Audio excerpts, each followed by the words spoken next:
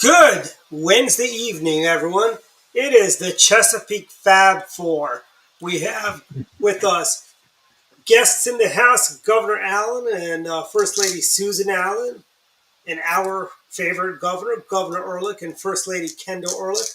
Welcome to Direct Line. It is host tonight is Mark Hunkerford, and I will be co-hosting. Welcome, Fab Four, guys.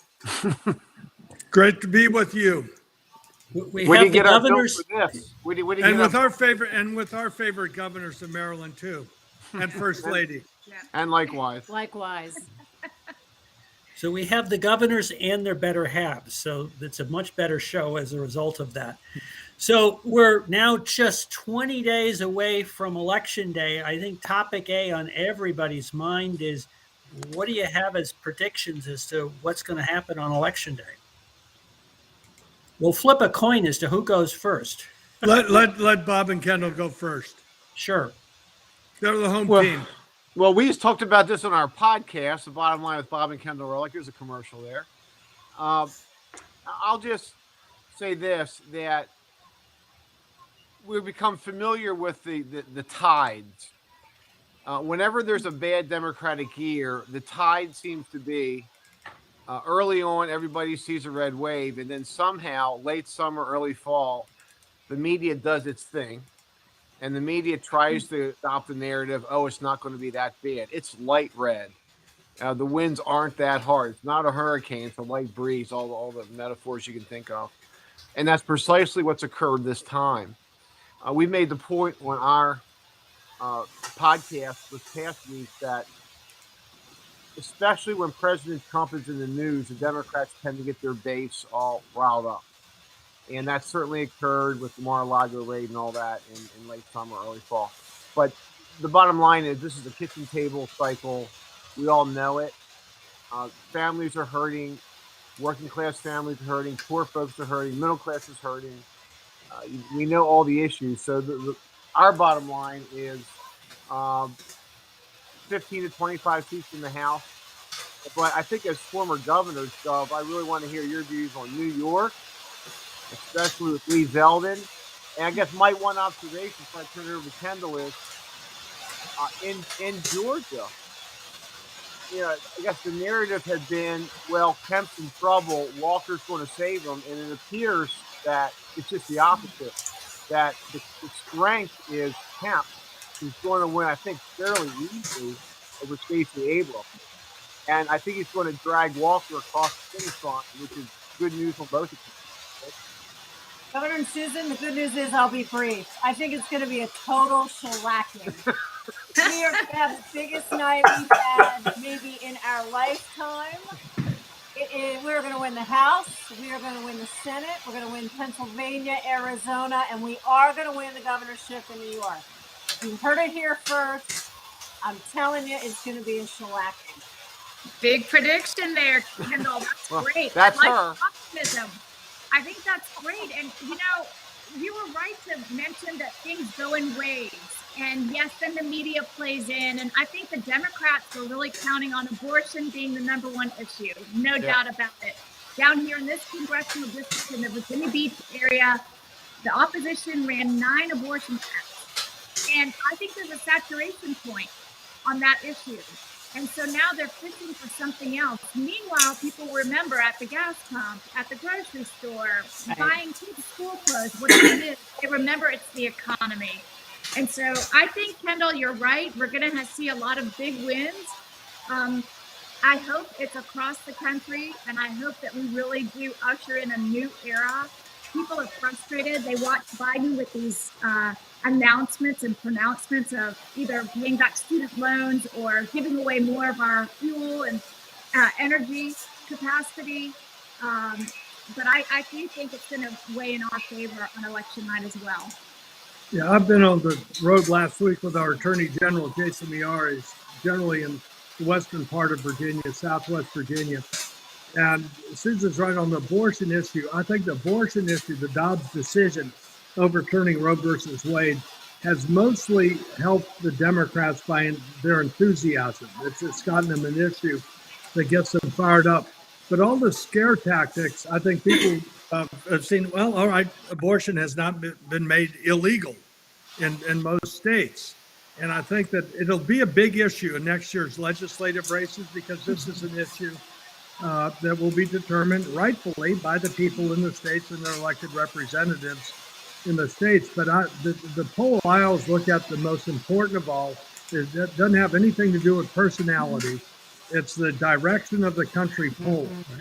And I just, the most recent ones I've seen, the right direction, wrong track, it's 31, right direction, 63% the other way, or 64 wrong track and 24 in the right direction. I mean, that whoever's the incumbent party, when people feel the country's going in the wrong direction, they're gonna be harmed by it. I agree with Governor Ehrlich. There'll probably be 15 plus 15 to 20, 25 for the House.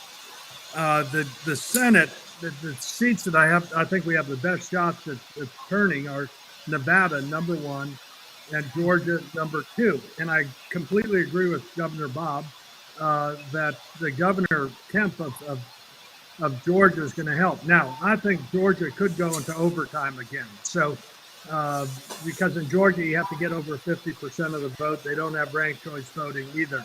Another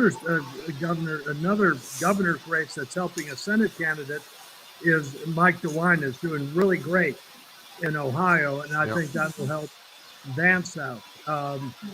So those are the big ones. For the Senate, I think the Republicans will end up +1 in the Senate. We got it, Pennsylvania, the governor's candidate the Republicans have in that Commonwealth of Pennsylvania is not necessarily the best. I don't want to follow Reagan's 11th commandment and not speak ill of fellow Republicans.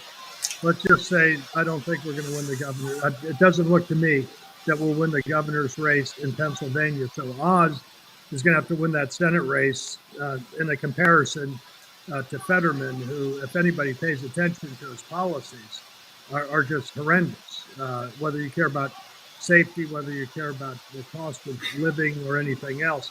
So then in the governor's races, Kendel, I think John McLaughlin's a good friend of ours. He polled for us. He's polling for Zeldin in New York.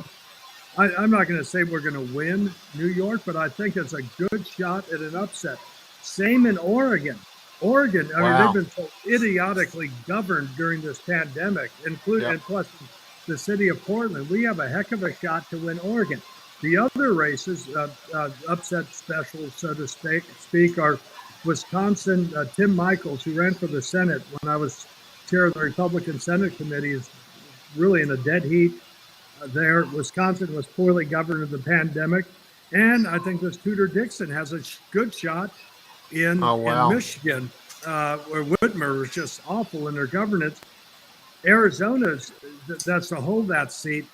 Carrie Lake may not have been the best candidate, but she's coming off very well. And the unafraid. The Democrat candidate, I was watching CNN. They had them both on. The Democrat nominee in Arizona for governor, she's like as if she's running for president of the high school student council or something. She's just so weak. And, Governor Ehrlich, all of us know, the governor, you have to show some strength and grab him. And so I think Carrie Lake has a good shot at holding on to Arizona as well. So, and I think we have a good shot at flipping the Nevada governorship as well, which will also help Adam Laxalt, who I think is our best shot at flipping a U.S. Senate seat. Well, I think, first of all, Governor Allen gets extra credit for watching CNN. That's just extra credit. What do you say? You get credit for watching CNN. Well, you just got to watch what the others are saying. I mean, it's opposition research. And just sometimes it's really hard, as we all know.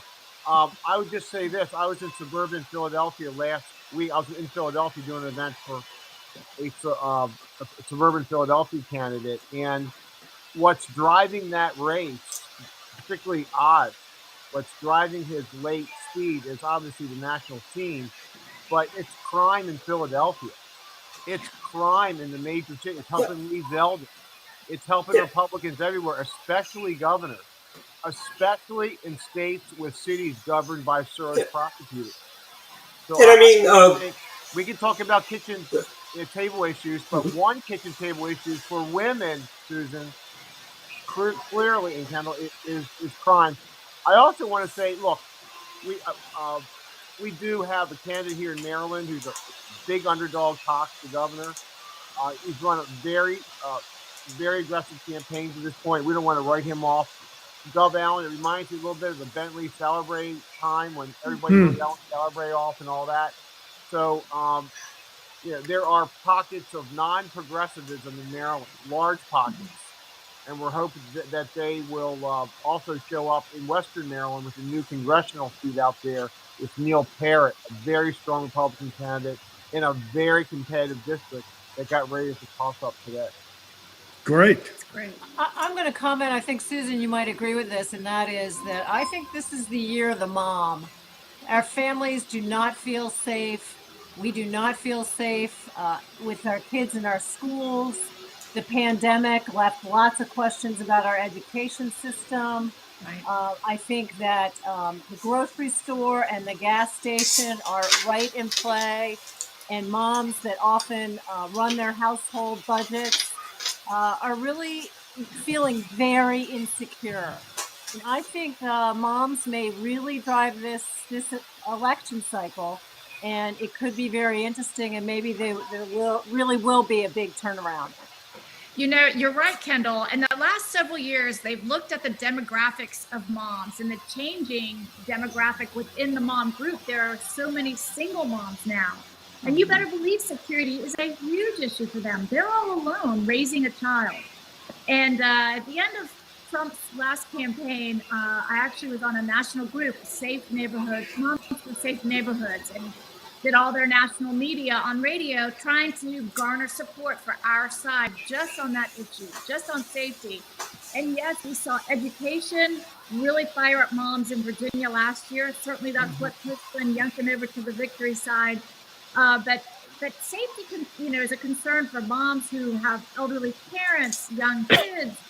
And so you're right. I still think that's a huge issue. And in these seats, the governor's races, it's why Michigan is doing better. You look at Detroit that's been destroyed. You look at some of these states that have just allowed their cities to just, I'd say go to pot, but that's too mild a statement. Because they had such a lack of control of the crime. So I think that the border crisis is part of it too, with this fentanyl coming in. I mean, it's a weapon of mass destruction, and the devastation from that. The other thing is that if you look at gun sales in the last few years with this pandemic and having the police stand down, the biggest first-time buyers of guns are women. And it's not their ninth gun, it's their first gun. And it shows, a concern for their own safety. So the ladies are right. Well, as usual, they're right. But pistol packing too. Well, speaking of Mom Zone, Susan, you mentioned it, but we always think of Virginia. We always think of you. We think of Youngkin. We think of parents showing up in Loudoun County. And look at the revolution. Look at the parent revolution. Watching Fox every night, watching these moms show up, taking woke down in these school boards, unafraid around the country. Because, as we know, Terry McAuliffe actually made the mistake of saying what the left really thinks. Right. That there's a space between a kid and a parent, and that space belongs to the teacher and a woke agenda. And God knows you guys live that.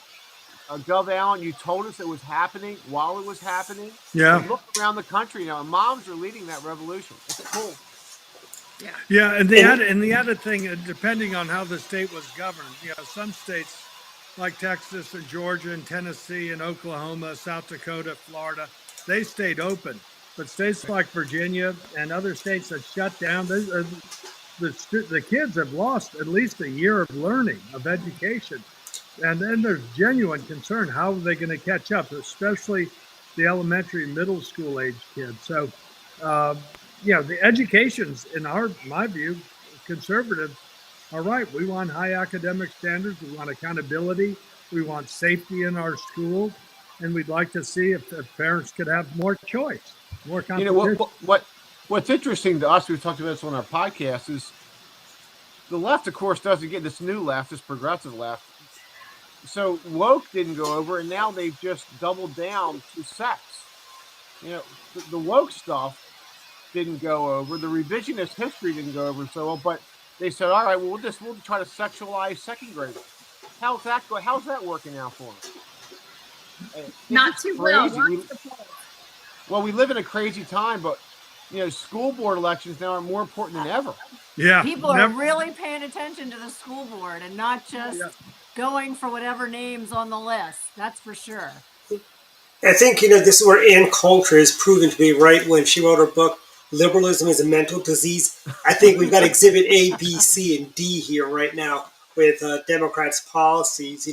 In my county last night, all the teachers are wanting more money for teaching. Montgomery County public school teachers are the highest paid in our region. I think they're even a couple $1,000s more than Fairfax County very public school paid. teachers. Very highly paid. And they want more money. And I put out a statement saying, not one more penny to MCPS until they let parents in on what they're teaching their kids in the classroom.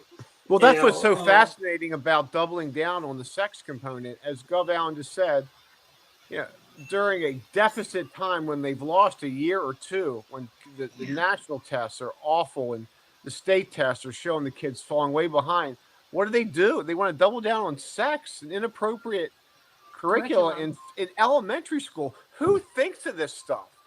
What television support this stuff? Doesn't it sound like it's the union leadership that's pushing this much more than the individual teachers? And I think we talk about the fact that our kid graduated from public high school last year. He had a great experience. We know a lot of the teachers. Right. No progressives that we met. I mean, the teachers get a bum rap from there's relatively few, the leaders of these teachers unions and these activists. And the school boards. And the school boards who have this agenda, and it's a very dangerous agenda. And the more we show it off, this is not right wing, it's not conservative, it's just common sense. Teach the kids, they're second graders. And by the way, education is primarily it's one of the top two responsibilities of a state government, along with law enforcement. And the way you pay for it is with the vibrant economy getting revenues in. It's administered locally, and that's why, as Kendel said, and Susan, we all see it, at these local school board races, that's how you're going to turn them around. The city of Richmond, I just was absolutely stunned. They're still requiring masks in the city of Richmond, and for the teachers. And I'm thinking, are they still going on like this? I was just in Bristol, that's a state line, Tennessee and Virginia.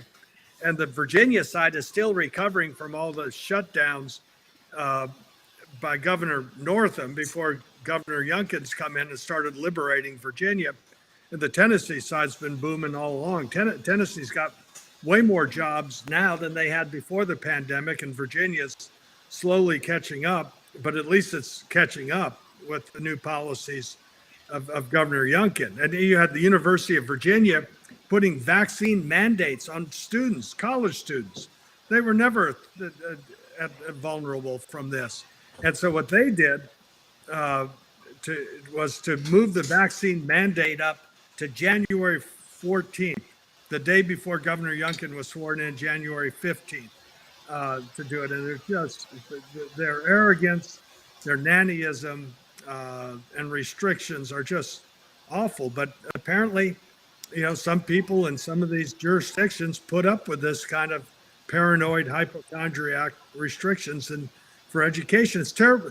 The kids making kids wear masks is awful. They can't see facial expressions. There's been studies showing how kids have been depressed, isolated, drug use, suicide in some cases, and also speaking, delay in being able to express themselves.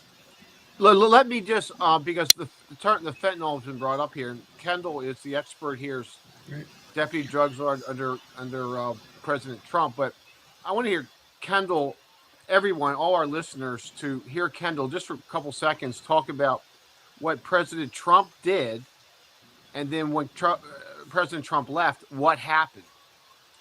Well, Governor, you are correct. It's all so much about the border. The border issue for me is all about the drugs just being walked across the Rio Grande in our communities, poisoning our communities. The cartels are terrorist group. They were designated as such under Trump. Also, you know, originally when President Trump took office, China was actually mailing the fentanyl into the United States, and he did get a handle on that, and that sort of stopped. But then, of course, they hooked up with the cartels, and everything started coming through that southern border. But he at least had a border policy, stay in Mexico, and when I left that office, there were 70,000 deaths from overdoses in the country. Now there's well over 105 to 110,000, and you all know because you've been in the community, you know the pain that these families are under, and the exponential effect of those types of deaths and what the communities are. I listened today on the radio, just driving around, and part of the worst part of the country, of course, is the Appalachian area. And why is that? Because they have no jobs, they have no purpose, and unfortunately, many doctors prescribed throughout those communities got people addicted, and the death toll in West Virginia is terrible. It's just terrible. So, you know, this administration, blind eye, not only just to the border, but to this particular issue. It's shameful, and it has to change. And at least hopefully in November, it will start to do that if we can take over the House and the Senate. Can you say You know, it's worth- oversight, Gary? I was going to say it's worth noting. I mean, you talked about the Trump administration, is we had made progress with Yes. overdose deaths Yes. that we're now seeing reversed, and that is a tragedy that. I mean, you mentioned Appalachian, but it's also an issue that has touched on just so many families across the board. That it's, Well, as Kendel points out regularly, the President Trump got on an airplane, went to see President Xi, and said, "Stop it," Yeah. and he did. But when the Biden administration came in, transshipment through Mexico became very popular. When you have no border, a look at 110,000, whatever it is. And every community is affected. It doesn't Right. matter, rich, poor, Right. all throughout the country. It is literally, you know, it's a terrorist act. It's terrorism. Kendall, what happened to Trump's group that was set up, the one you were part of? Did that just go away completely during the? Oh no, Biden that office still administration? exists. It's the Office of National Drug Control Policy, the Drug Czar's office. It exists. I have no idea what they're doing. So does the border czar, allegedly. Yeah, the border czar who has not gone to the border. I know exactly. Why go to the border? There's no problem. It's secure. We're assured it's secured. We've Wow. seen him crossing. No. You know, I have an open question. I really do have an open question for all of us, because, to be honest, you know, we agree and disagree on all sorts of public policy issues. We're to the right, they're to the left, and oftentimes we see both sides. We're adults. We get it. There are two sides to every issue. And what Kendall's talking about, and when you add the sex traffickers, human trafficking, you add the terrorists, you add just the pressure on local governments there, often run by Democrats, and the displacement of local labor markets because of cheap labor. When you add all this damage up, why? The answer can't just be, I direct this to both Allens and everyone else and my wife. Why? It just can't be, oh, they think there's more Democrats with more. That's just too easy.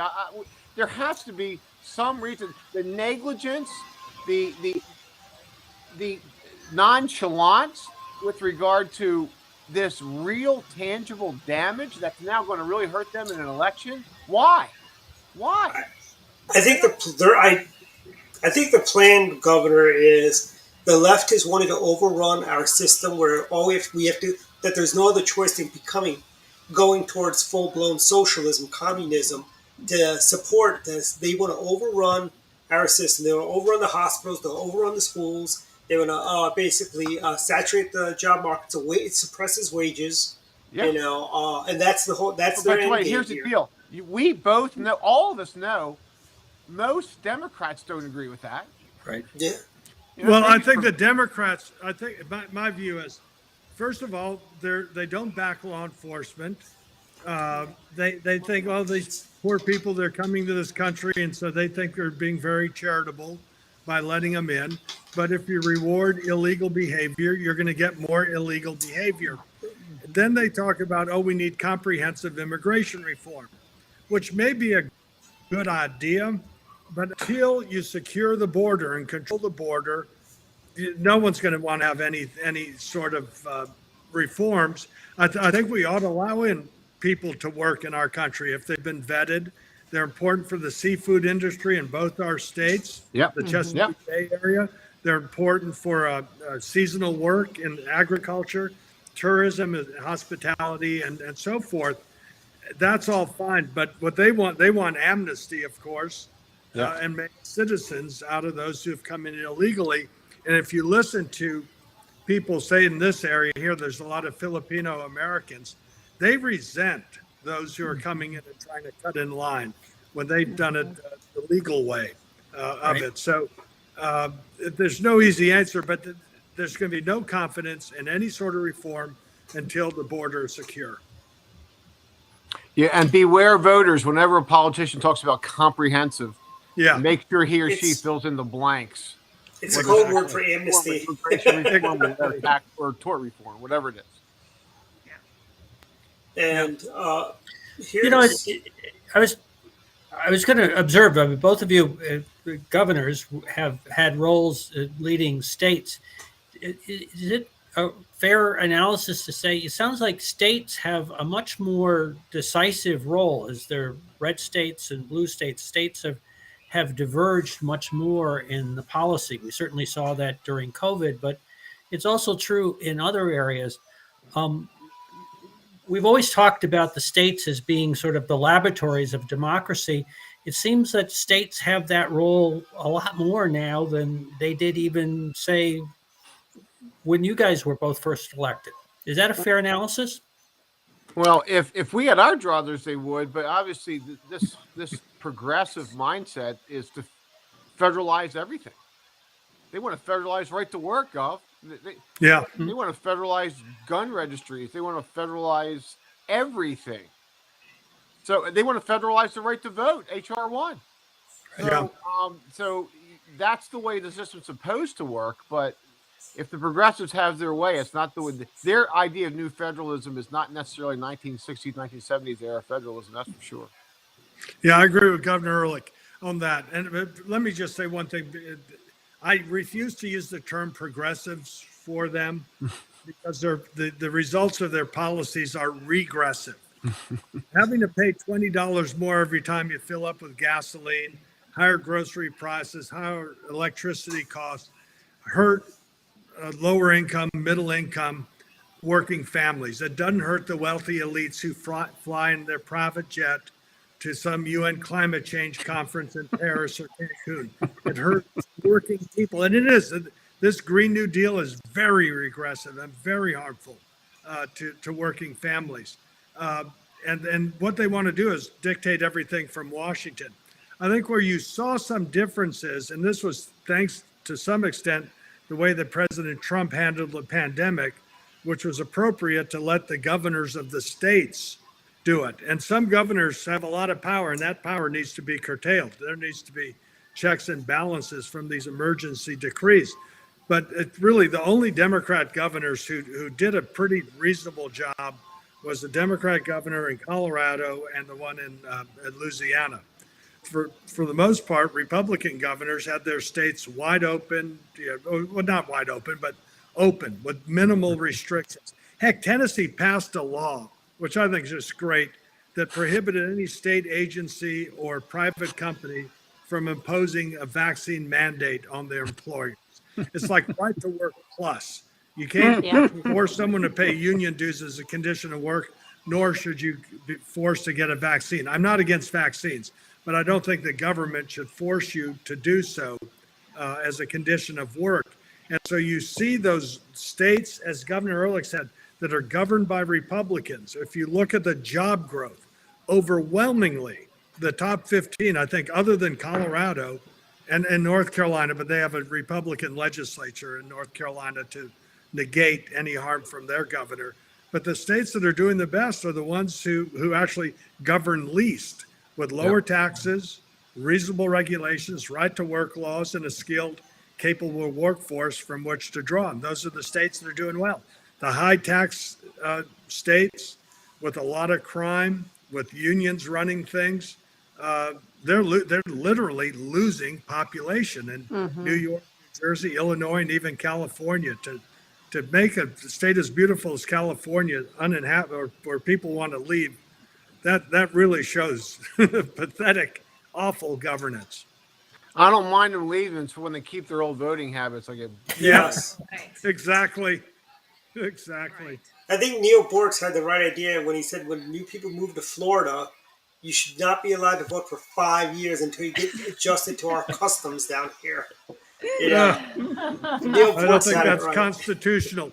It's not, but You would figure it's if not. someone's smart enough to get out of these high tax, awful loser states, that they would remember why they left. For example, the people from Cuba or Poland and some of the behind the Iron Curtain, they're the most patriotic, freedom loving, and freedom appreciating people we have in this country. True. look at the Hispanic vote in Florida where they're voting. Look at the Hispanic vote. Look at the Latino vote. Just we've talked about for generations since my hero Jack Kemp talked about this forever. Gov, we know Susan and Kendel about if the Hispanic vote would only ever split their vote, we would have a majority forever. And guess what's happening? This cycle, more than ever. And we're also making major inroads with African Americans. That's like stuff that was unheard of before. Most of the time we'd say.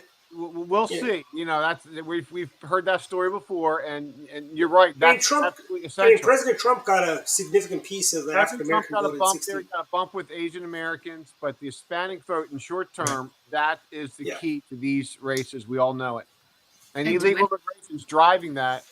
And at least when I was in the House and you were in the Senate, some business folks who shall remain nameless always told us, don't talk about illegal immigration. The chamber will get upset. The business community will get upset. Well, tough. And Trump, the disruptor, came in and talked about it. But, going back to some of the issues we were talking about earlier that are driving people to the polls, George saw that in '93 with the African-American vote. I think he still holds the record for the highest percentage of Black vote in Virginia for a statewide Republican candidate. But it was safety and going into those communities and speaking at the churches and talking about wanting to make those streets safe. And I think you see that in a lot of ethnic neighborhoods, in the Asian community. Obviously, that's an important one too. But in the Hispanic community, they want to feel safe. They want to be able to call the police if they're having trouble. So, it does go back to those issues that we were discussing earlier, obviously economic issues, but feeling that you can leave your home or wherever you're staying and walk into wherever you're going and be safe. It's crucial.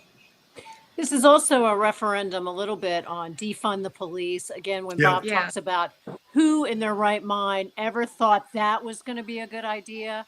And you just see town after town, council after council that actually thought that was a good idea. And crime is just breaking out in record numbers in all of these places, along with the Soros-driven prosecutors. Philadelphia never had the kind of numbers that it has right now. I mean, Baltimore has, Chicago has, but, we've even had a change in our prosecutor here. The woman that was just terrible is not going to be reelected, fortunately. So hopefully the new guy coming in will do something here in Baltimore as well. But law and order, the country was founded on law and order as one of its major pillars. And I think that there's going to be a turnaround. Certainly that is the major issue in New York. Look at the decimation of that police department, the best police department in the world after 9/11. And now look at it. No one wants to be a part of that. And it's just shameful. And it's going to take many years to build back many of these police departments. And it's kind of a frightening time for a period of time. And I really hope that this is a referendum on that issue. But our test as a party, and Gov, good for you with the African American percentage. Congratulations. But the test for our party long term is for this not to be one cycle.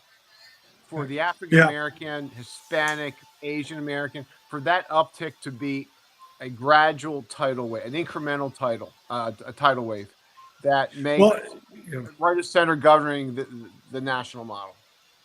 Well, people want a good education for their children. They want safe schools, safe communities. And the ones, if you look at some of the polling on this defund the police nonsense and all these criminal apologists, local prosecutors, the ones pushing that are generally white, liberal, college educated, graduate school folks. If you ask regular people, I remember they were trying to do this up in Minneapolis, and to actually abolish the police department, turn it into a social services agency. And they did polling. African Americans were overwhelmingly against it. The only ones who were for it were these white, college educated, graduate, and they just think in their own ivory towers or their blissful ignorance that this is the woke way to be, and this shows how virtuous they are. It's completely bereft of any common sense, any reality. And unfortunately, what's happened is, as Kendel said, so many law enforcement are retiring. They're having a tough time recruiting new people. Right. We're having to compensate new law enforcement. You're trying to attract people with more pay, better training. But the other key point is appreciation and gratitude for the very tough job they do. And that's going to take a while. We always thank those who serve in the military for their service. Thank a cop or sheriff or deputy. Thank them for their service as well, because that appreciation matters a lot. Obviously, compensation matters a lot as well. And then you have these Democrats wanting to sue them individually. This qualified immunity. Terrible. Oh, just awful. And you wonder why they have a hard time retaining and recruiting. Yeah, they passed that here in Maryland, and the Baltimore City Police Department is down 500 plus officers. Out of how do many you in the replace force? that? 500 down in a force of what? How much? Gosh, well, it was already down. That's 500 It down from already reduced level. 1,000, 1,200? Yeah. Or no? Oh my It's goodness! a couple thousand down overall. See, But guys, it's what it is for liberals. It's easy to be living in your protected communities with gated communities with guards, just like the folks on Martha's Vineyards. They're for sanctuary and amnesty. They're all for that until sanctuary people show up on their front door. Well, whether we call them progressive or regressive, condescending defines them.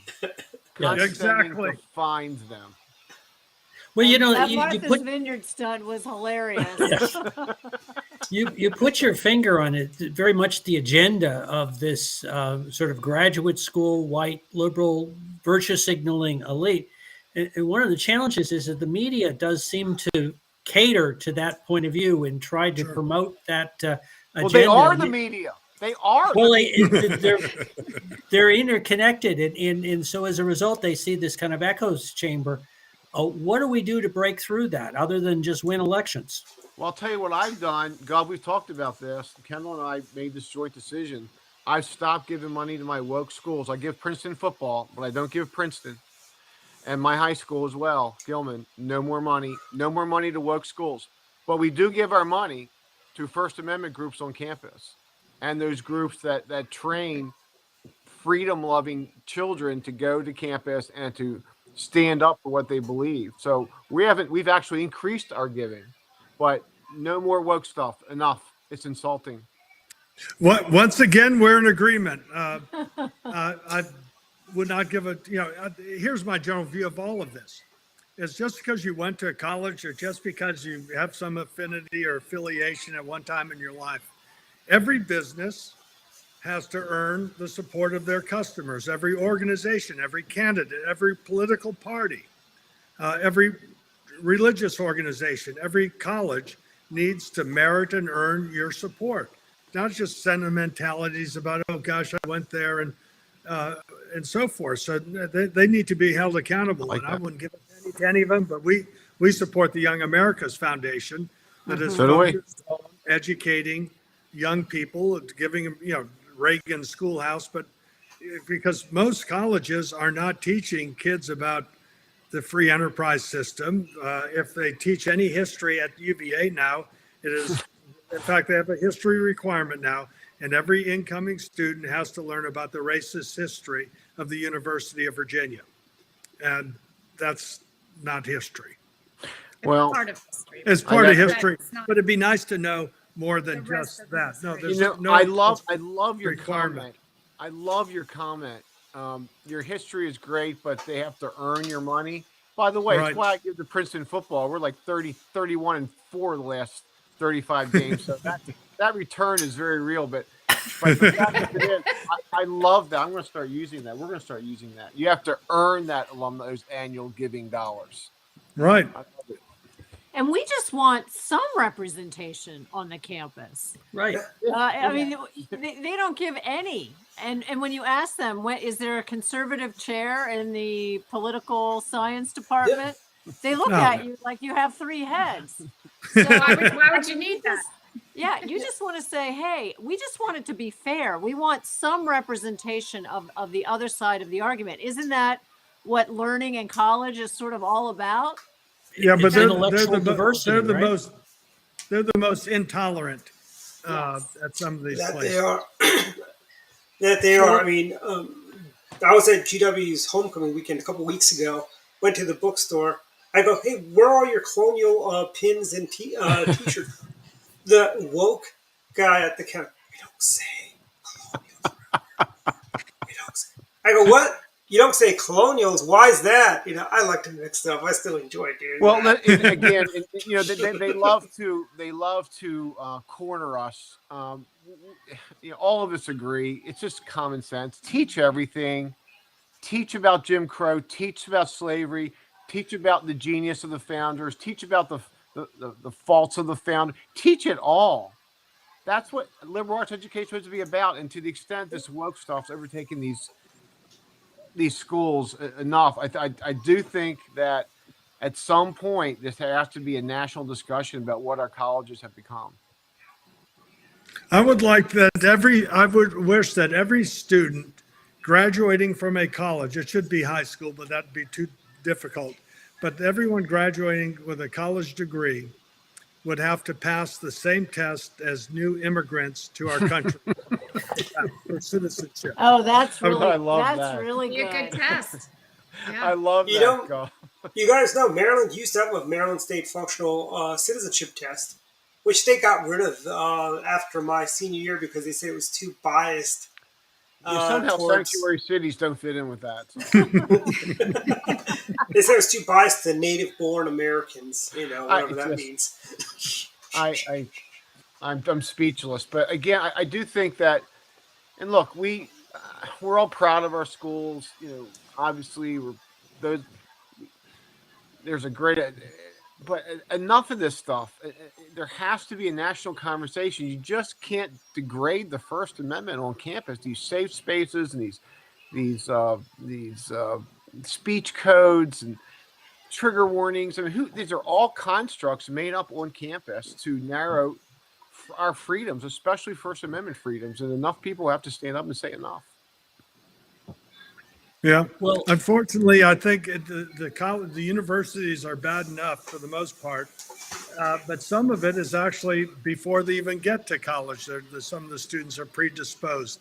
And so I think that's why the governors are so important in creating high academic standards to make sure young people graduating from high school can read, write, and speak the English language, learn higher levels of math and science, understand the free enterprise system, economics, and major civilizations of the world, the U.S. history and history of their state. And then they'll be good citizens and they can use those principles as they go forward. But I think that first you have to do a good job in our public schools. And by the way, some of this is seeping in even to some of the private schools, not to a place like Liberty University, but it's pervasive in academia in the United States. The private schools. The private schools in Maryland, the high schools, oh my Lord. Yeah, but believe me, we know. And you're paying $20,000 to send your child there too. If you're lucky. To get in. It's more. Money. But again, But again, what Kendall and Susan were talking about, it's the moms leading the way at these school board protests. I love it. It's wonderful to watch. Hopefully it pays off. I think it will, and I hope that parents remain engaged. That's the key. It is. And your first learning starts at home, so hopefully parents remain engaged. Well, I think we're up to the end of the show right now, but we're just getting started. Exactly. We're well, thank you. I mean, part of what you all do, I love the resourcefulness of you all in Montgomery County to do this. To the extent people want to, listen to us talk and be engaged. I mean, representative democracy does not run on automatic pilot. And I love your insurgent mentality in Maryland. You're an we're insurgents. And that's the only way to live in Maryland. As Churchill said, we're not retreating, we're just attacking in a different direction. Right? That works. Or Governor, as I like to say, we'll fight them in the streets of Bethesda and Chevy Chase. We'll fight them in the plains of Damascus, in the countrysides of Poolsville. We will not give up the Republican Party of Montgomery County. If anybody can do it, choose one. If anybody can do it. We do want to encourage everybody, obviously, to get out there, get involved, work on election day, help your candidate, give some last minute money, whatever it takes to get us over the line. That's for sure. And the question that all of America is burning to know: World Series, who's it going to be? The Orioles are out. I don't care. Thanks, Bob. I'm for the Tennessee Volunteers, but regardless of all of that, I've liked the Houston Colt 45s since they were the original team. I have a pennant. I know they're called the Astros now, and since most don't like them, it makes me like them even more. I don't know about the cheating there, Gov. They stopped cheating. I'm glad the Dodgers are out. I'd like the Yankees to be out.